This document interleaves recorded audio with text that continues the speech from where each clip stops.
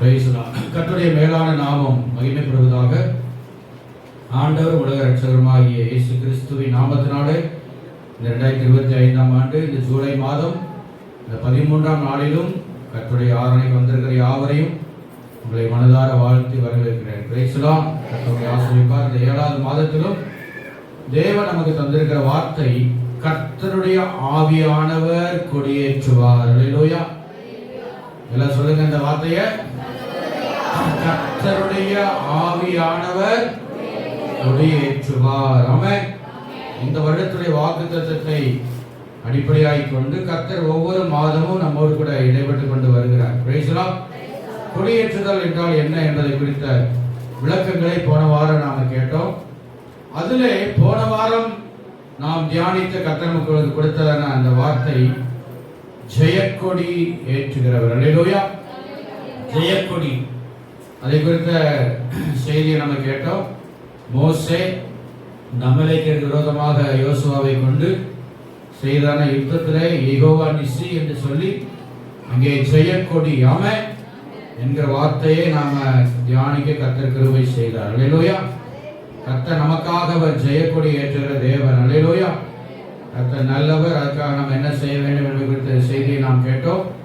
தொடர்ந்து இந்த இரண்டாவது, குறிப்பாக இரண்டாவது காரியம், நாம தியானிக்கிறதான கொடி என்ன கொடினா நேச கொடி. எல்லாம் சொல்லுங்க, என்ன கொடி? எல்லாம் இங்க என்ன பாருங்க, எல்லாரும் தலை நிமிர்ந்து. என்ன கொடி? நேச கொடி, நேசருடைய கொடி. அல்லேலூயா. இந்த வார்த்தையை நான் அந்த பொதுவாக அந்த வசனத்தை தியானிச்சுக்கும் பொழுது, இந்த வசனத்தின் அடிப்படையிலே பார்க்கும் பொழுது, அந்த வசனத்தை இப்பொழுது வாசி கேட்போம். உன்னத பாட்டின் புஸ்தகம் 2ஆம் அதிகாரம் 1 முதல் 4 வசனங்கள். உன்னத பாட்டு 2ஆம் அதிகாரம் 1 முதல் 4 வசனம். நான் சாரோனின் ரோஜாவும் பள்ளத்தாக்குகளின் லீலி புஷ்பமுமாய் இருக்கிறேன். பள்ளத்தாக்குகளின் லீலி புஷ்பமாய் இருக்கிறேன். முள்ளுகளுக்குள்ளே லீலி புஷ்பம் எப்படி இருக்கிறதோ அப்படியே குமாரத்திகளுக்குள்ளே எனக்கு பிரியமானவளும் இருக்கிறார். காட்டு மரங்களுக்குள்ளே கிச்சடி மரம்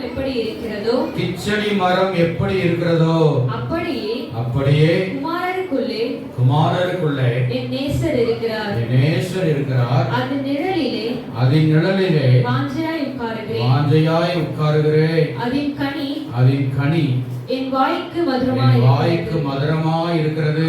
என்னை விருந்து சாலைக்கு அழைத்து கொண்டு போனார். என்மேல் பறந்த அவருடைய கொடி நேசமே.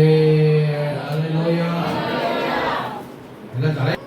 இந்த வசனத்தை நான் கிடைச்ச உடனே நான் நினைச்சேன், கொடி அப்படின்னா இந்த மரம் செடி கொடிகள், அந்த அர்த்தம் வரும்னு நான் அதை எப்படி கொடியேற்றுதல் அப்படிங்கிற காரியத்தை எப்படி கமெண்ட் பண்ணி பிரசங்கம் பண்ண முடியும்னு நான் அப்படியே யோசிச்சுட்டே இருந்தேன். அல்லேலூயா. கொடி என்பது இந்த இடத்துல மரம் செடி கொடி, அந்த கொடியை குறிக்கிறவில்லை. பேனர் அப்படின்னா கொடி, கொடியேற்றுகிற அந்த காரியத்தை தான் குறிக்கிறது என்பதை அறிந்து கொண்டு இந்த செய்தியை ஆயத்தப்படுத்த கர்த்தர் கிருபை செய்தார். சொல்லும் அல்லேலூயா. ஆமென். முதலாவது நாம தியானித்த கர்த்தர் கொடுத்த கொடி என்னது? ஜெயக்கொடி. என்ன கொடி? எல்லாம் சொல்லுங்க சத்தமா. ஜெயக்கொடி. இன்றைக்கு தேவன் நமக்கு தருகிற கொடி என்ன கொடி? தேசிய கொடியா? தேசிய கொடியை நம்ம அப்பப்ப ஏற்றுவாங்க நாட்டுல. அல்லேலூயா. அதுக்கு நாம என்ன செய்யணும்? ஆனர் பண்ணணும். Price the Lord. நம்ம எல்லாரும் இந்திய பிரஜைகள். Price the Lord. ஸ்தோத்திரம். இரண்டாவது கொடி நேச கொடி. the banner of love. நேசருடைய கொடி. banner of beloved. அல்லேலூயா. இதை இப்படி சொல்லலாம், அன்பின் கொடி. ஸ்தோத்திரம். கொடி என்பது பறக்கக்கூடியது. ஆமென். அப்படிதானா? ஆனா இங்க இந்த வசனத்தில் சொல்லப்படுகிறது, என்மேல் பறந்த அவருடைய கொடி நேசமே. ஹல்லேலூயா, ஹல்லேலூயா. இந்த கொடி அப்படிங்கிறது இன்னொரு கான்செப்ட் இருக்கிறது. அது சத்துருக்களுக்கு எதிரிகளுக்கு எதிரான ஒரு செய்தி இருக்கிறது. அதையும் நாம தியானிப்போம். ஹல்லேலூயா. ஒரேடியா சத்துரு எதிரி யுத்தம் போராட்டம் இதையே நாம பேசக்கூடாது. கொஞ்சம் அன்பையும் பத்தி நாம பேசணும்.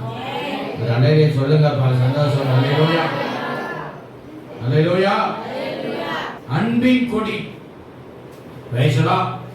அப்போ இங்கே சொல்லப்பட்டிருக்கிற அவருடைய கொடி நேசமே அப்படின்னா தோத்திர இதை எதை மென்ஷன் பண்ணி இங்கே ஆண்டவர் எழுதி வைத்திருக்கிறான்னு சொன்னால், இந்த உன்னத பாட்டுடைய புஸ்தகத்தை குறித்த ஒரு சிறிய பின்னணியத்தை பேக்ரவுண்டை நான் சொல்லிடுறேன்.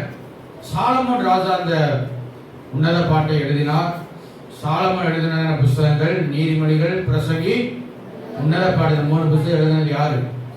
சாலமோன் ராஜா. 1005 பாடல்களும் 3000 நீதிமொழிகளை எழுதினவர் இந்த சாலமோன் ராஜா. அல்லேலூயா. 1330 திருக்குறள் நினைக்கிறேன், அப்படிதானே? ஆமா, ஸ்தோத்திரம். ஆனா இவர் 3000 நீதிமொழிகளை எழுதினார். 1005 பாடல்களை எழுதினவர் இந்த சாலமோன். அதுல ரொம்ப டாப் சாங் அப்படின்னா இந்த உன்னத பாட்டு தான். அவர் அலையில சொல்லுங்க, அல்லேலூயா. அதனால ஆங்கிலத்தில் பார்த்தீங்கன்னா அந்த உன்னத பாட்டுக்கு எப்படி வரும்? சாங்ஸ் ஆஃப் த சாங் அப்படின்னு வரும். ஸ்தோத்திரம். இன்னும் கரெக்டான வேர்ட்ஸ்ல பாடல்கள்லாம் அதுதான் என்னது? மிக சிறந்த பாடல். அதான் என்ன பாட்டு? உன்னத பாட்டு. இது என்னன்னு கேட்டீங்கன்னா இதுல கேரக்டர்ஸ் சாலமோன், சூலமத்தியால் என்றதான ஒரு பெண், அப்புறம் எருசலேமினுடைய குமாரத்திகள், இன்னும் திராட்சை தோட்டங்கள், இப்படிப்பட்ட காரியங்கள் அதுல வரும். இது என்னன்னு கேட்டீங்கன்னு சொன்னா, சூலமத்தியால் என்பவள் ஒருவேளை இந்த ராஜ அரண்மனையிலே உதவியாளராக இருந்து அல்லது பிற்காலத்திலே மனைவியாக்கப்பட்டு அப்படிப்பட்டதான அந்த ராஜாவுக்கும் அந்த சூலமத்தியாலும் உள்ளதான அந்த ரிலேஷன்ஷிப் உறவின் அடிப்படையிலே தோத்திரம் நேசருக்கும் மனவாட்டிக்கும் என்கிறதான ஒரு அன்பை சித்தரிக்கிற ஒரு அன்பின் பாடல் இந்த உன்னத பாட்டு. அல்லேலூயா. கர்த்தர் நல்லவர், ஸ்தோத்திரம். இந்த சூலமத்தியால ஆடுகளை மேய்த்து கொண்டிருக்கிற ஒரு ஆட்டு இறைச்சியாக இங்கே சித்தரிக்கப்படுகிறது. ராமே சொல்லுகிறாம.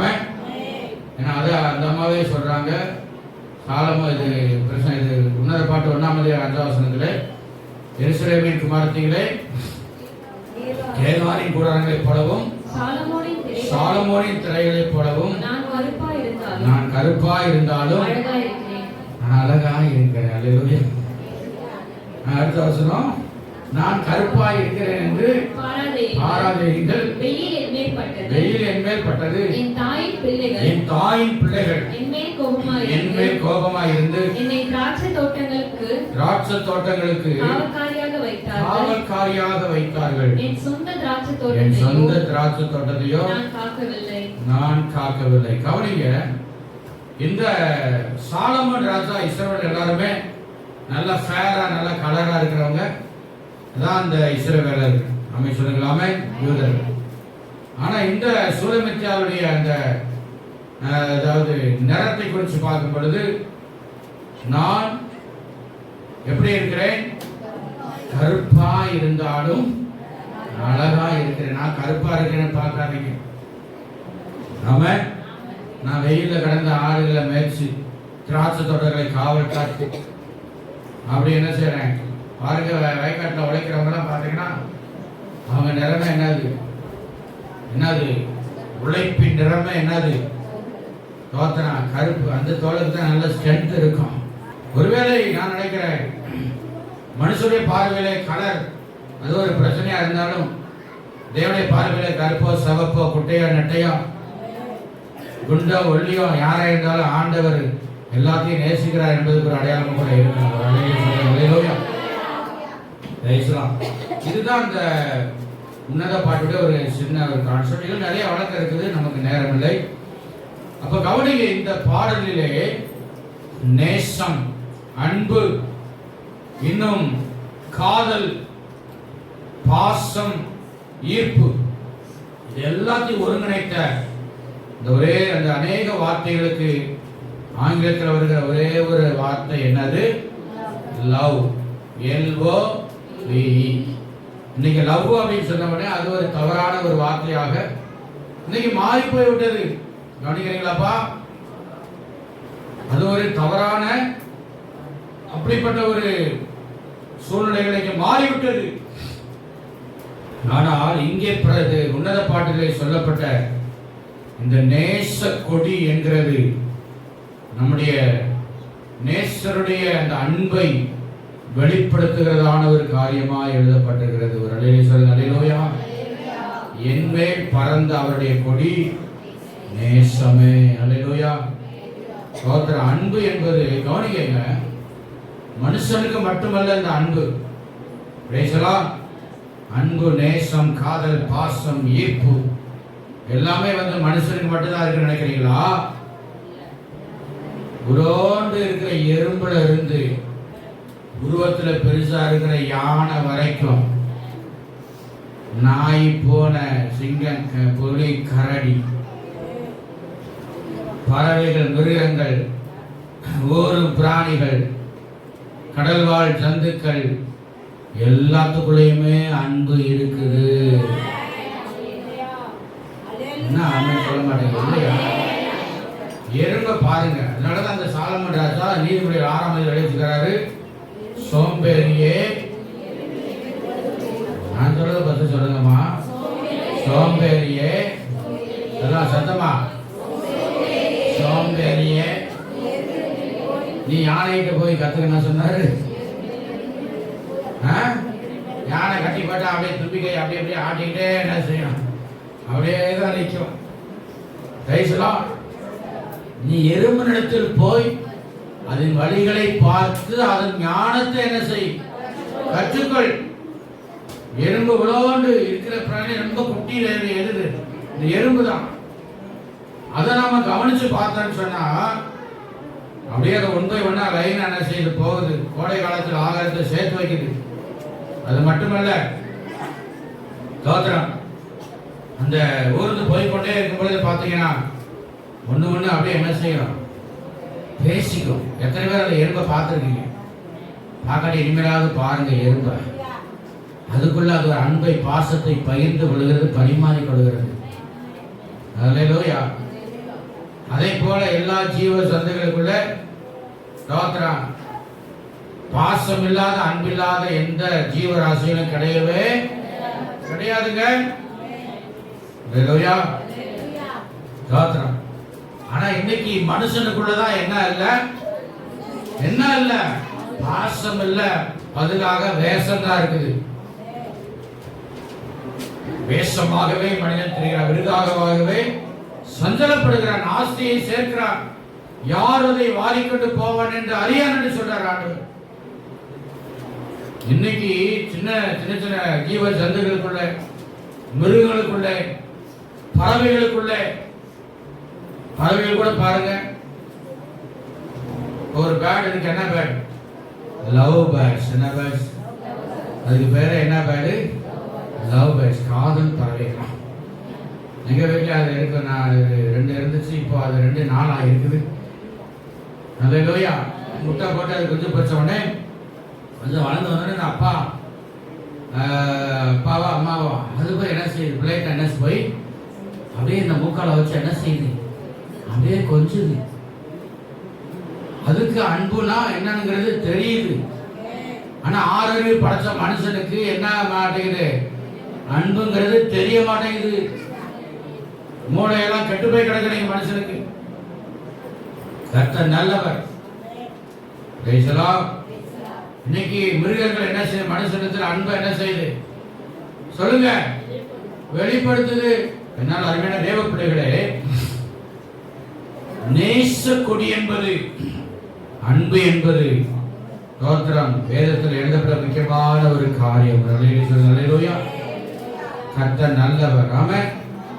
இதுல எல்லா பறவைகள், மிருகங்கள், ஊர்வன, பரப்பன, நீந்துவன எல்லாத்துடைய அன்பை விட மனிதர்களுக்குள்ள இருக்கிறதான அன்பு தாங்க ரொம்ப ஸ்பெஷலானது.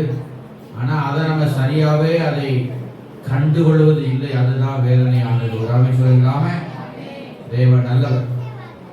4 விதமான அன்பு பைபிளில் சொல்லப்படுகிறது. முதலாவது அகாபே, காட்ஸ் லவ், தேவனுடைய அன்பு.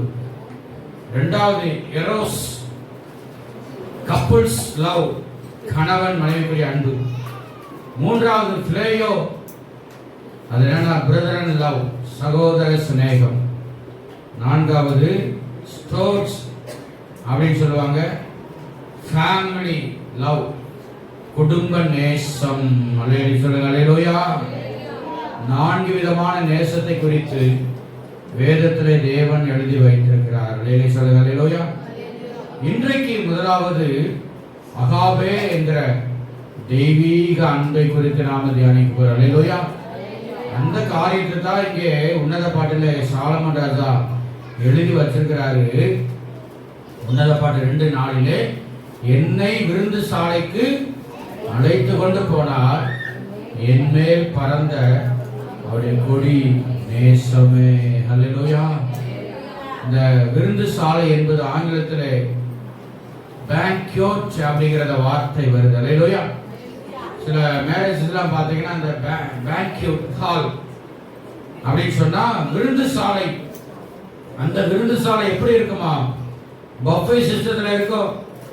எது வேணாலும் என்ன செய்யலாம், எடுத்து சாப்பிட்டுக்கலாம். பொதுவாக இந்த விருந்து சாலை என்பது எதை அது குறிக்கிறதாய் காணப்படுகிறது? எதை குறிக்கிறதுங்க? ஒரு ஐக்கியத்தை குறிக்கிறதான காரியம் அந்த பேங்க்வேட், அந்த விருந்து என்பது. சொல்லுங்க. அல்லேலூயா. எதை குறிக்குது? ஐக்கியத்தை. அதனாலதான் ஆங்கிலத்தில் இந்த ஹோட்டலுக்கெல்லாம் என்ன பேர் வச்சுக்கிறாங்க? ரெஸ்டாரண்ட். என்ன ரெண்டு? ரெஸ்டாரண்ட். ஏன் அப்படின்னா ஏப்பா ஓடிட்டே இருக்கிற கொஞ்சம் உட்காந்து இலைப்பாரி நல்லா என்னது கொஞ்சம் ரிலாக்ஸ் பண்ணிட்டு நல்லா சாப்பிட்டு ஒருத்தர் தோத்திரம் போய் ஹோட்டலில் போய் சாப்பிடும் போது பார்த்தீங்கன்னா புரிச்ச பொட்டாட்டி முகத்தை பார்க்க மாட்டேன். பாட்டுக்கு லவக்கு உள்ளதான செய்யும், இறங்கும். இன்னைக்கு அப்படிதான் நடக்கும். வீடுகளே அப்படித்தான் தோத்திரம். அப்போ விருந்து என்பது ஒரு ரிலேஷன்ஷிப், ஒருத்தருக்கு ஒருத்தர் ஒரு ஃபெலோஷிப், ஒரு ரிலேஷன்ஷிப், ஒரு ஐக்கியத்தை குறிக்கிறதான ஒரு காரியம். அல்லேலூயா. இங்கே நேசர் சொல்றாரு, மணவாடி சொல்றா, என்னை விருந்து சாலைக்கு அழைத்து கொண்டு போனார், என் மேல் பறந்த அவருடைய கொடி நேசமே. அல்லேலூயா. இன்னைக்கு நேசர் இயேசு. அவரோடு கூட ஐக்கியப்படுவதற்கு இந்த அன்பின் இந்த நேச கொடியை நம்மேல வீச அவர் வல்லவராய் கடந்து வந்திருக்கிறார். சொல்லுங்க. அல்லேலூயா. Praise the Lord. வெளிப்படுத்தல் 3ஆம் அதிகாரம் 20ஆம் வசனத்தை வாசிமா ஜாஸ்மின். வெளிப்படுத்தல் 3:20. இதோ வாசற்படியில் நின்று தட்டுகிறேன். வாசற்படியில் நின்று தட்டுகிறேன். ஒருவன் என் சத்தத்தை கேட்டு கதவை திறந்தால் நான் அவனிடத்தில் பிரவேசித்து அவனோடே போஜனம் பண்ணுவேன். அவனும் என்னோடே போஜனம் பண்ணுவான். எல்லா உலகத்தை உயர்த்தி அலையிலே சொல்லுங்க. சத்தமா சொல்லுங்க எல்லாரும். கவனிங்க. இதோ வாசற்படியிலே நின்று தட்டுகிறேன். கதவு தட்ட எப்படி தட்டணும்? நிறைய பேர் கதவை தட்டதுக்கே தெரியாது. போட்டு டமா டமா நாங்கள் தூங்கிட்டு இருக்கிற திடீர்னு அதிர்ச்சி ஆகி ஏதாவது ஆனாலும் ஆயிடும். கதவு தட்டது என்ன செய்யணும்? எப்படி என்ன செய்யணும்? ஜென்டலா என்ன செய்யணும்? கதவை தட்டணும். நம்ம தூங்கும் போது எழுப்புறவங்க என்ன செய்யணும்? அது சில ஆட்டை நின்று போனாலும் போயிடும். ஒரு நிமிஷம் அப்படியே மேலால அப்படியே தட்டி எழுது மெதுவா, மகனே எழும்புடா, மகளே எழும்படி. எங்க பாஸ்டர் அப்படி எழுப்புனா எங்க எழுப்புது? ஒரு சொம்ப தண்ணியை ஊற்றி விட்டாத்தான் எழும்புது. என்ன பண்றது? அப்படி இருக்கதான் செய்யுது. ஆமா, இருந்தாலும் அப்படியே கொஞ்சம் சாஃப்டா ஹேண்டில் பண்ணி பாருங்க. அல்லேலூயா. இங்க ஆண்டவர் என்ன சொல்றாரு? இதோ வாசலில் நின்று இந்த இருதய கதவை தட்டுறாரு. ஒருவனின் சத்தத்தை கேட்டு கதவை திறந்தால் அவனிடத்திலே நான் பிரவேசித்து அவனோட போஜனம் பண்ணுவேன், அவனும் என்னோட. அப்போ உன்னத பாட்டுக்கும் இந்த வசனுக்கும் நல்ல ஒரு கனெக்ஷன் இருக்குதா இல்லையா? சொல்லுங்க. நேசர் என்னை விருந்து சாலைக்கு அழைத்து போனார். சொல்லுங்க அல்லேலூயா. அப்போ நம்முடைய ஆண்டவராய் இயேசு கிறிஸ்து தன்னோடு கூட நம்மளை ஐக்கியப்படுத்துவதற்கு ஆமென் ஒரு விருந்துக்கு ஒரு உதாரணத்தை ஆண்டவர் கொடுத்திருக்காங்க. அல்லேலூயா. ஒரு விருந்து சாலையில போய் அவரோடு பேசுவது, அவரோடு கூட நம்ம ஐக்கியப்படுவது, அவருடைய அன்பை உணர்வது. ஏன்னா தேவன் நம்மையில அவ்வளவு அன்புள்ளவராய் இயேசு அவர் வெளிப்படுகிறார். அல்லேலூயா. இவ்வளவா நம்மிடத்தில் அன்பு கூர்ந்தார் என்று வேதம் சொல்லுது. அல்லேலூயா. இன்னும் நிறைய காரியங்கள் இருக்கிறது, நமக்கு நேரமும் முடிவடைகிறது. தொடர்ந்து இந்த செய்தியை நாம தியானிக்க போகிறோம். முதலாவது அன்பு, தேவன் நம்மில் வைத்திருக்கிற தெய்வீக அன்பு. அல்லேலூயா. இந்த தெய்வீக அன்புக்கு எந்த no limit, no time, no comparison. Praise the lord. எதுவுமே தேவனுடைய அன்புக்கு ஈடு இணையாக இந்த உலகத்தில் எதுவுமே இருக்கவே முடியாது. அல்லேலூயா. நிபந்தனையற்ற ஒரு அன்பை கர்த்தர் நம்ம மேல வெளிப்படுத்துகிறார். அல்லேலூயா. அதனால நாம ஆண்டவர் நம்ம மேல எவ்வளவு அன்பு வச்சிருக்கிறாரோ அதே போல நாமும் ஆண்டவரை நேசிக்கிறவர்களாய் மாற வேண்டும். அல்லேலூயா. அல்லேலூயா. இன்னும் நாம் ஆண்டவரிடத்தில் அன்பு கூறணும். அவரோடு கூட நம்ம ஐக்கியப்படும் பொழுது அவருடைய நேச கொடி நம்ம மேல பறந்து கொண்டே இருக்கும். அல்லேலூயா. யார் உங்களை நேசித்தாலும் நேசிக்காட்டியும், யார் உங்களை அன்பு கூர்ந்தாலும் அன்பு கூறாம போனாலும் நேசர் இயேசு உங்கள் மேல் அந்த நேச கொடியை வீசப்படி கொண்டே இருப்பார்கள். அல்லேலூயா. அல்லேலூயா. இந்த வார்த்தை கேட்கிற அன்பான தேவ பிள்ளைகளே, இந்த இயேசு நன்றிக்குள்ளாக நீங்கள் ஒப்பு கொடுங்க. அவருடைய நேச கொடி எப்போது உங்களோடு பறந்து கொண்டே இருக்கும். ஆண்டவரோட நீங்க பேசுங்க, அவர் உங்களோட பேசுவாரு. நாம பேச, அவர் நம்மோட பேச.